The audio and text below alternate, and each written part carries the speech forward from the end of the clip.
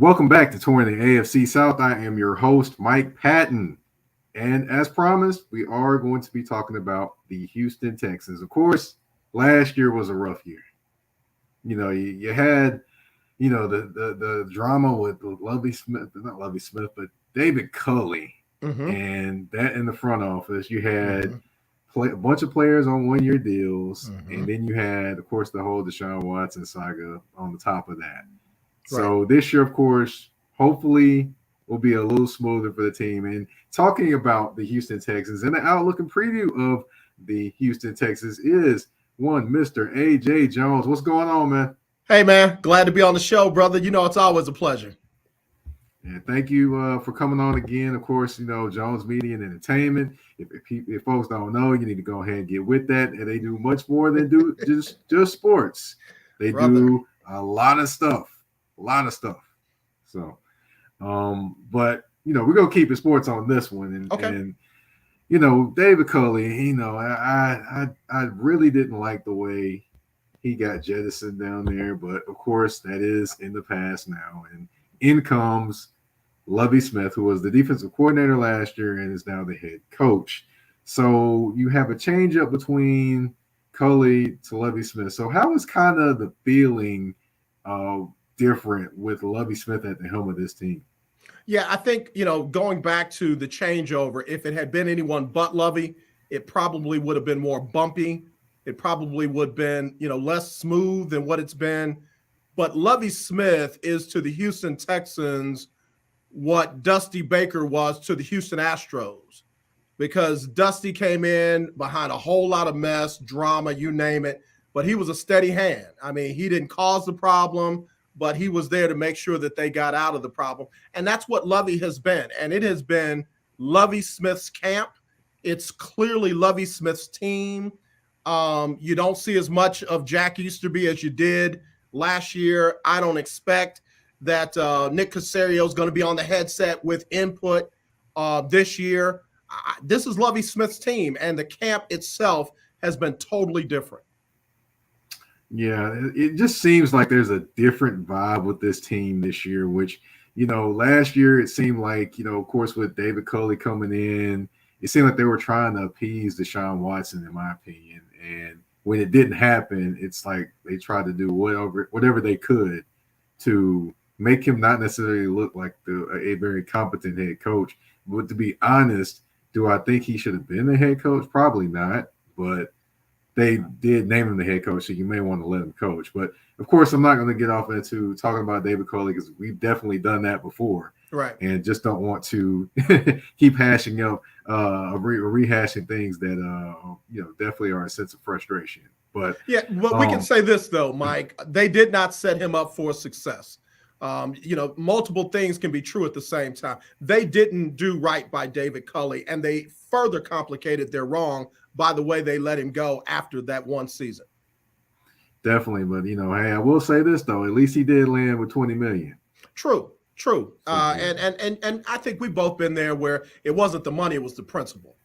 And right. I hope somewhere down the line he gets another shot. That man's been in the league for decades with S's on the end. So, here's somebody who did it the right way and got treated the wrong way. Definitely did. But one guy who is hoping to get treated the right way this year for the Houston Texans is Davis Mills. Now, of course, last year he came in when Tyrod Taylor got hurt. Of course, hamstring issue against the Cleveland Browns.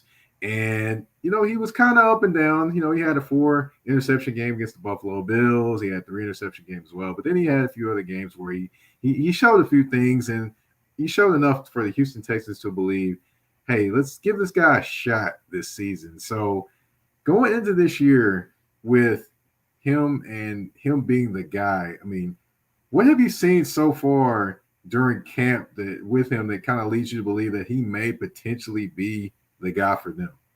Well, I'll say more than anything that the offensive game plan that Pep Hamilton has put in appears to resonate well with Davis Mills. Last year at the beginning of camp, Davis Mills looked like a rookie quarterback. If they didn't have the red jersey on him and the red thing on top of his head to make sure that nobody hit him, he would have been sacked many times. he didn't get the ball out quick. He wasn't sharp on his reads. And I think we saw that when he got into playing, when they tried to open up the playbook, it took him a long time to process the information. That's not the case this year. He looks like he knows where he's going with the football, and he's releasing the ball, letting it rip, as the offensive coordinators would say. Does that mean he's a one-read quarterback? No. What it means is he goes to his first read, he sees it's open, and he trusts that, and he throws the ball. And that has boded well for him. But again, I think it goes back to Pep Hamilton at offensive coordinator versus Tim Kelly at offensive coordinator. Pep Hamilton knows what he's doing.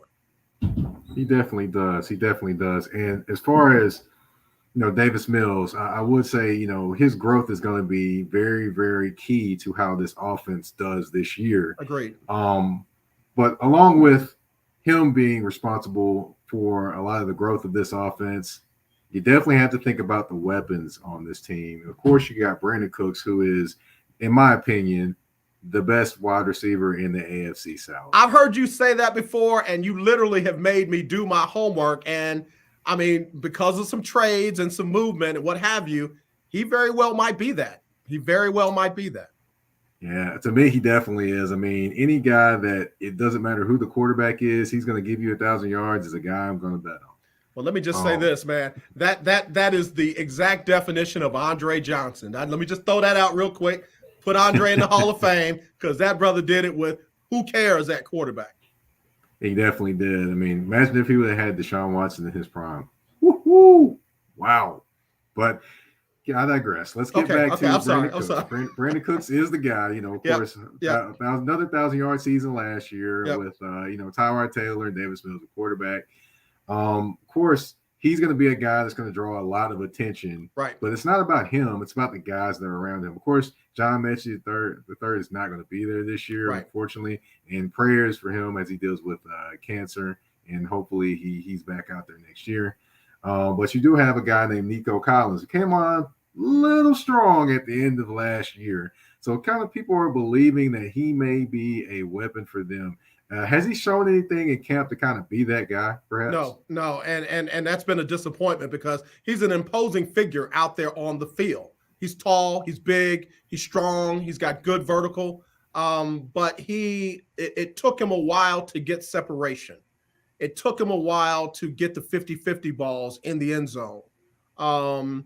He's going to be the man opposite of Brandon Cooks. It's his job to lose. Question is he going to be a different player when the real lights come on than he was when the preseason lights were on? Because he did nothing to separate himself from the defender and the rest of the receivers. All right. Another guy that kind of didn't make the impact that people may have expected him to last year is Brevin Jordan. Yep. He only had 178 yards receiving last year. Didn't really have very many opportunities, but he's going to probably be the starting tight end this year for the Houston Texans. I expect him to take a leap this year. Am I wrong or am I right? I'm going to say this. Pharaoh Brown is a big dude. He is a big target with big hands. If he can figure it out, he will be the starting tight end for the Houston Texans. And that means Brevin Jordan gets to come in 2 tight end sets where he gets to grow into the position as opposed to be the one that shapes the position. And I think, again, Pep Hamilton and Lovie Smith have a plan to kind of take the pressure off of young guys like Brevin Jordan. I think Brevin's got all the tools and all the talents. He just didn't have a lot of the know-how just yet on this level. So I think if they can get, equal production out of Pharaoh and Brevin, they're going to be tough. They're going to be very tough. I dare say I mentioned, Gonzalez and Gronkowski, but you could have a very good 1-2 punch at tight end where you might not need a whole lot from a Nico Collins, and you might not put a whole lot of pressure on Brandon Cooks. I think you're going to see a lot of quick stuff, short stuff down the field with those 2 big bodies. Okay, now I've mentioned all the weapons that are out there that that we know of. I should say before the season. I mean, do you think this is enough to put pressure on defenses throughout the season with what they have? So it's a good question because you got to take your shots, and I believe the Texans will take their shots. But with the Texans, they're going to have to be disciplined and methodical. They're going to have a lot of long play drives. They might not get it in chunks, but back in the days of the old Ohio State, Woody Hayes, 3 yards in a cloud of dust. If they can run the ball and they can effectively throw the ball short and mid-range as if quality runs, I think you'll see this team be effective. Now, are they going to score 30, 40 points a game doing that? No. But if the defense can keep the opposing team in the 20, 21-point range, Texans might be able to win some games. Oh, okay. All right. Now, of course, the guy that's going to be running the football more than likely this year is Damian Pierce, a rookie out of Florida. Surprise. Late-round draft pick. Surprise. And he's been getting rave reviews, and people like him, and people think he's going to do well. Now, the question I have for you is this preseason buzz, or is this a guy that's for real in your opinion? That's why I like you, man. That's why I call you brilliant. That's why I call you smart. I love it because you see what most folks don't see. What he did in preseason was against guys trying to make the team. What he's going to have to do on September 11th are against guys who've made the team and guys who've been on the team. If he can do what he did in the preseason and in camp against those guys, then we have something. If not, Rex Burkhead is the other option because Marlon Mack is gone. So not a lot of places that they can go there and get the kind of production that they think they can get out of Damian Pierce. Damian Pierce had separation. Damian Pierce had wiggle. Damian Pierce had the ability to get in a hole and find space inside of a hole that was not very big, but that's preseason, man. And it's a whole different ball game when defenses are using their whole package instead of some vanilla stuff like we saw in the preseason. Definitely. And one thing I can say about Damian Pierce, I mean, a lot of people didn't know who he was until he got there. So, that'll be interesting. And then another thing also, I think Marlon Mack is on the practice squad, I believe. I think they brought him back to practice squad. Yeah, so they brought him back. He's still there, but they would have to activate him and have him on that sideline because the practice players can't come in and say, hey, put me in, coach. So it more than likely is going to be Damian and Rex through most of the games. Oh, boy. Now, I will say this. They're definitely hoping that Damian is the guy because, no offense to Rex Burkhead, but no 20-25 carries for him. No. I said I was going to be nice tonight, Mike. I said I was not going to be myself on my show, on your show. So I'm just going to smile at that and leave it alone. But here's the thing. With young guys, it's not just their ability to run the ball. It's the other stuff, picking up the blitz, picking up reads, catching the possible blitz from the tight end. I mean, from the cornerback or safety or something like that. They've got to be able to make those reads. And a lot of times that's where good young running backs are slow to develop and stuff like that. So we got to see Damian do all of that to be successful, not just run the ball. That's true. And I'll stay away from the Rex Burkhead slander. He's made it further in life and football than I have. So I will have to say that. 2 words for you with Rex Burkhead. Nick Caserio. 2 words. The only 2 words you need to know. He has extended that man's career. As long as he's in the building, Rex will be in the building. There you go. Now, as far as people being in the building, you did talk about the long sustaining drives being something that could help the Houston Texans. And of course, that starts up front with Laremy Tunsil and the rest of that Houston Texans line. Now, Laremy Tunsil has been a guy that's known for false starting this year. Now, of course, in camp, they do have the 2-minute drills and stuff like that. And they've had, of course, I don't know if they've had any joint practices or anything of that nature, but how has he kind of looked in terms of his stance, his get off? Has it gotten any better in terms of the rocking that he usually does? I'll put it this way. I'm not as bothered by Laremy Tunsil and the false starts and things like that as other people are. Obviously, it costs your team yards, puts you in a hole. What it is Laremy Tunsil is aware that he's got to get off quickly. He's got to get into position quickly because he's got a young quarterback back there. He's got a quarterback back there that needs extra time, not just regular time. So he's in the right mindset. He's just got to, get his timing down with it. Laremy Tunsil is one of the best tackles in the game, left tackles in the game, period. I'll argue that with anybody. The question with Laremy Tunsil is his desire to be a Houston Texan and all that. Because if he desires to be here, he'll figure that stuff out. If he doesn't want to be here, he'll care less, or he couldn't care less, and he'll, the penalties will come and folks will just be, see, I told you he was a bum, and that's really not the case. Gotcha. Now, as far as the rest of the line, you got Justin Britt at center, you've got AJ McCann at right guard, you got Justin McCray at left guard, and then you got Titus Howard at right tackle. One name noticeably missing, that would be Mr. Kenyon Green, who was brought in as a rookie and the other first-round draft pick for this team, which I did say that they would pick an offensive lineman and they would pick a defensive player to kind of be the identity of their team when the draft happened. So we thought that they would too. As far as Kenyon Green, I mean, how is he doing so far? Is he kind of having a little trouble picking things up, or what's going on with him? No, he's not. He's just a rookie, and I think that you can still see why they took him so high. You can see what they saw in him. He adds great depth to the position, to the line, because I feel like they're going to move him around on that line. No, I think he'll do what they need him to do for right now, because Laremy Tunsil's not going to be in this team forever. And I think it'll be sooner than later before Laremy Tunsil is moved. He's going to get thrown in there soon enough. But right now, everything that we saw out of him in camp was good. Gotcha. I just was curious because, I thought he would come in and start off top. But, of course, I would much rather him kind of ease into that spot or not necessarily be thrown in off top. So that way he can extend his career and, kind of learn and grow into the game. So I think that's Lovie Smith. I think definitely that's wasn't a shot at Smith. him. Yeah, no. I got you, but I think that's Lovie Smith. Lovie Smith is a player's coach in a different way. He doesn't put guys in position where they're going to be unsuccessful. He wants to put them in the best position to learn, to develop, and grow. We always talk about coaches that don't develop players. That's never been a problem with Lovie Smith, even at the college level. They might not have won a lot of games, but they develop players up there in Illinois. Yeah, definitely not a shot at Lovie Smith or Kenyon Green at all. No. Yeah, that's not a shot at all.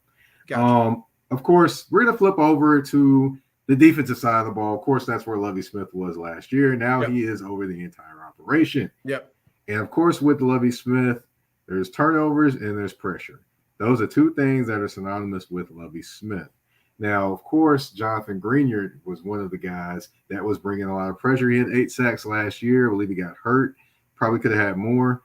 And then, of course, you bring in Jerry Hughes, the wily veteran from Buffalo, to kind of, I guess, help or assist there. I know they're going to probably have a few other different things going on with that front down there in Houston. But do you think they kind of added enough just with Hughes, or do you think they're kind of still figuring things out up front? I want to say they're still figuring things out, but here's what I got to fall back on. It was preseason. So they weren't showing the packages that we're more than likely going to see. I think we'll know more by the 3rd week. I feel like we're going to know a lot on the 11th, but I think by 3rd week, the guys will have a feel for what it is they can do, need to do, and that kind of thing. But again, Lovie Smith is a guy who knows how to get a lot out of non-household name players. He did that in Chicago. A lot of the guys that we got to know as household names, we got to know them because of Lovie Smith. So I'm going to be very interested to see. Again, when you had a J.J. Watt, and then you go to a Grenard. You go from 20 sacks to a guy getting 8 and getting excited about it. That tells me it's got to be spread around the board. A former Houston Texans player said this. He said, who are the superstars on this team? And we thought about it. Brandon Cooks and Laremy Tunsil. He's like, dude, we had J.J. Watt. We had DeAndre Hopkins. We had, Andre Johnson when he was in the they had those superstars. We don't have that in Houston now. So it's got to be these guys plugging into Lovie Smith's system, following the packages and doing what they have to do to get open or to make the attention on them so somebody else can get in and get to the quarterback. Now, one thing I think I did forget to mention about the offensive line, I want to go back to that just for 1 second. I didn't ask you, do you think that offensive line can be an offensive line that can keep Davis Mills upright and kind of keep things steady for those long drives that you spoke of earlier? Here's the thing, that's going to depend on Davis Mills. One of the things that they started saying about Deshaun before Bill O'Brien got out of here is that he holds the ball too long.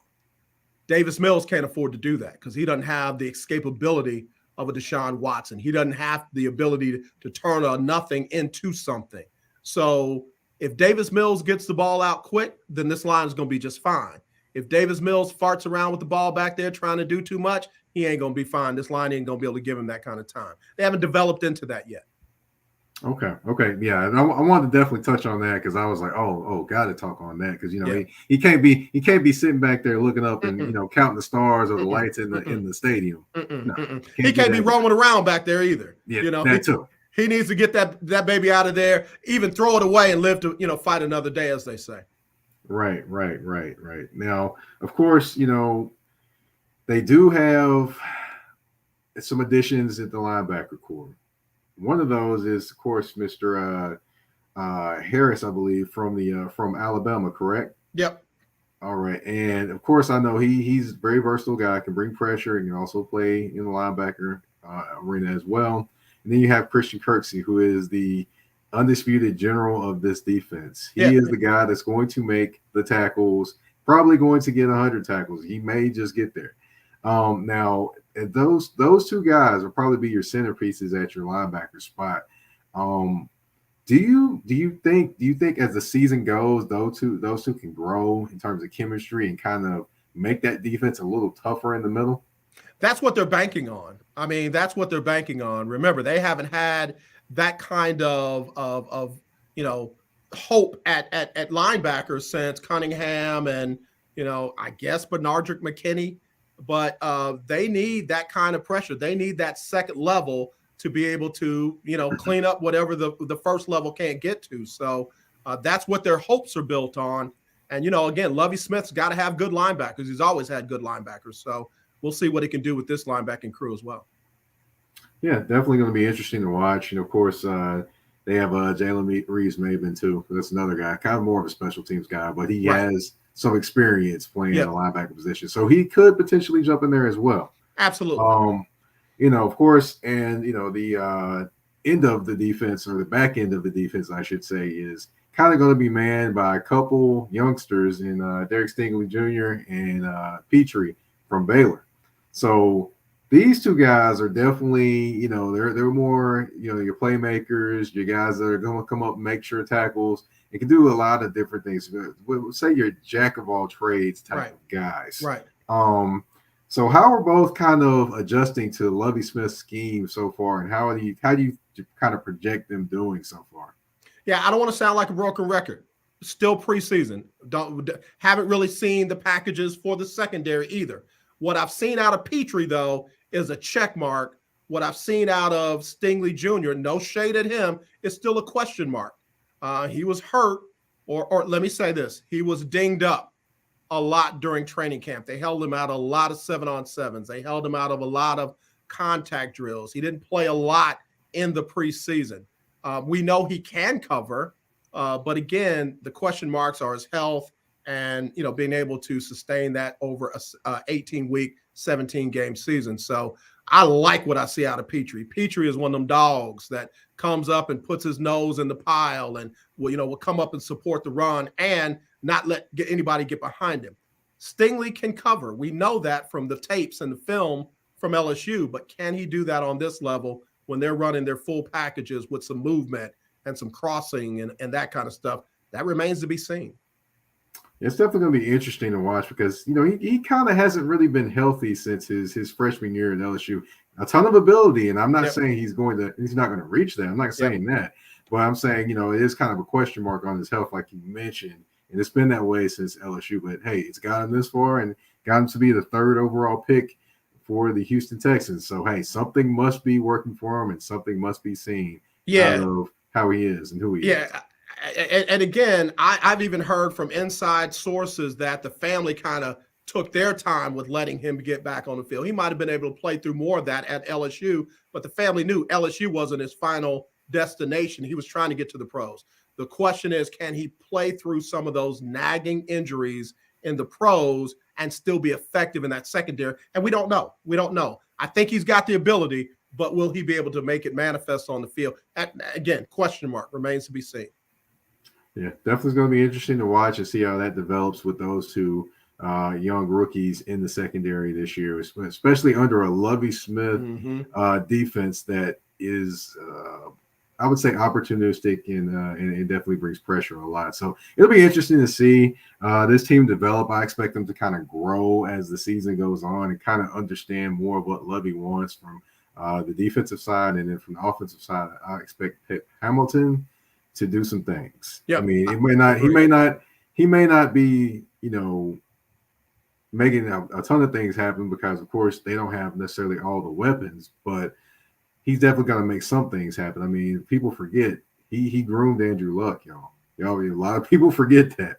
So, as far as just the everything with the Houston Texans, I'm definitely interested to kind of see the growth and just the different kind of vibe and changes that they have going on this year. Wow, we've got somebody in the touring the AFC South inbox. Wow, Lovie Smith defense is trash. He will get fired, and Pep Hamilton will be hired as the new head coach. Wow, Andre, bless you, man. God bless you. Have a great day. God bless you. Wow. I mean, Lovie Smith did kind of take the Chicago Bears with the defense to the Super Bowl, but it's just me. But okay. But of course, we went over the Houston Texans, and of course, we've got to end the show like we always do with a game. I got 5 questions for you. You got 2 choices. It's going to be all to do with how the Houston Texans are going to do this year. Are you ready? I'm ready. All right. Davis Mills, over or under 20 touchdown passes? Woo!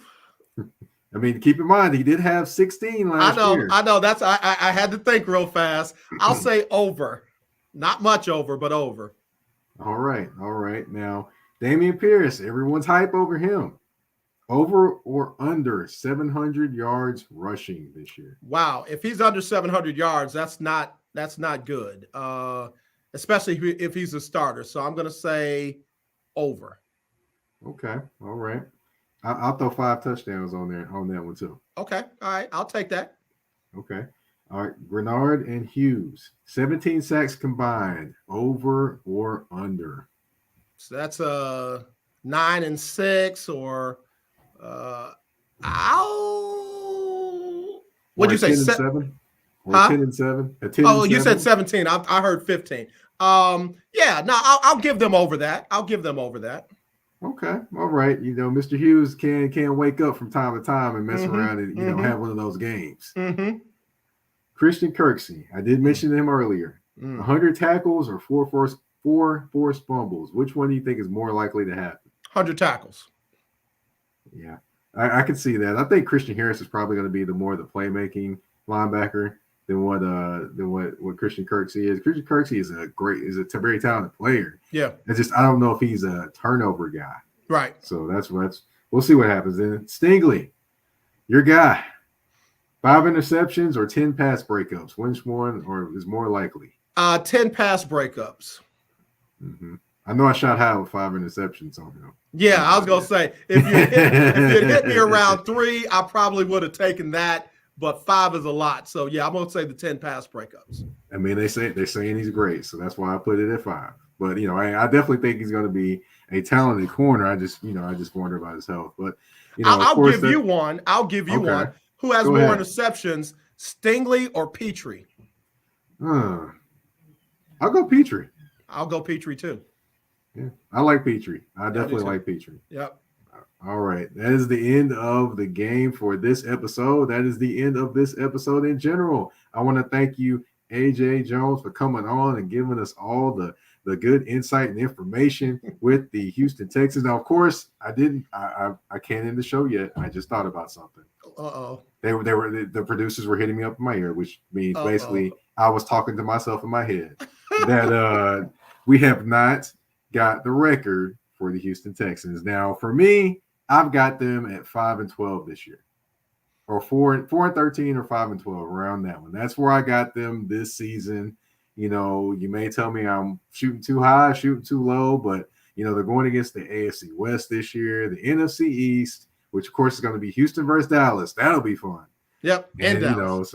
Yep, definitely. So with those three things out there, I could see them maybe squeezing out 5 games. I mean, you do have the Giants they play.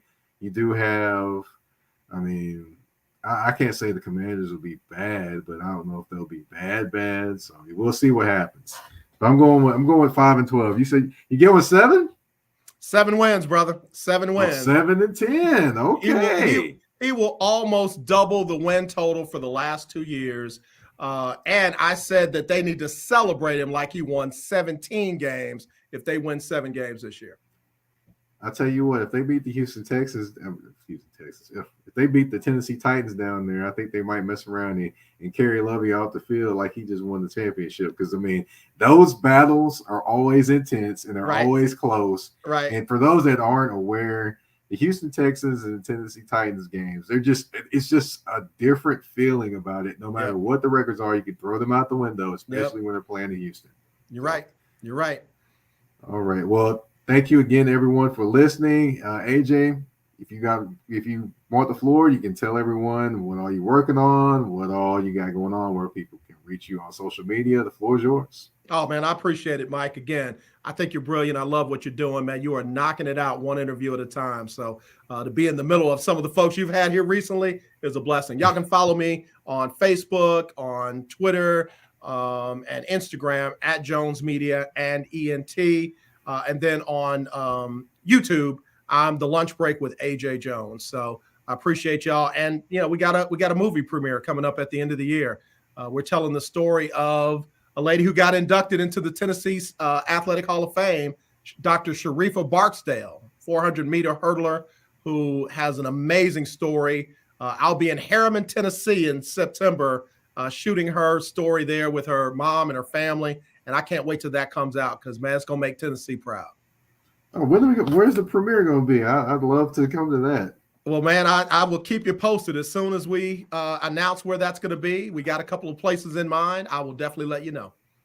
Yep, I got to make some notes on that one. Okay, premiere. I got to get my red carpet suit ready. Yeah, you got to be red carpet ready, man. Well, I got one for you. I got a suit for you, so I'll be good to go. Okay, it's not one you brought from Calvin Murphy, is it? No, I have not been shopping in his closet. There you go. All right. Well, thank you everyone for listening and tuning in. You've been tuned in to Touring the AFC South with your host, Mike Patton. We're out.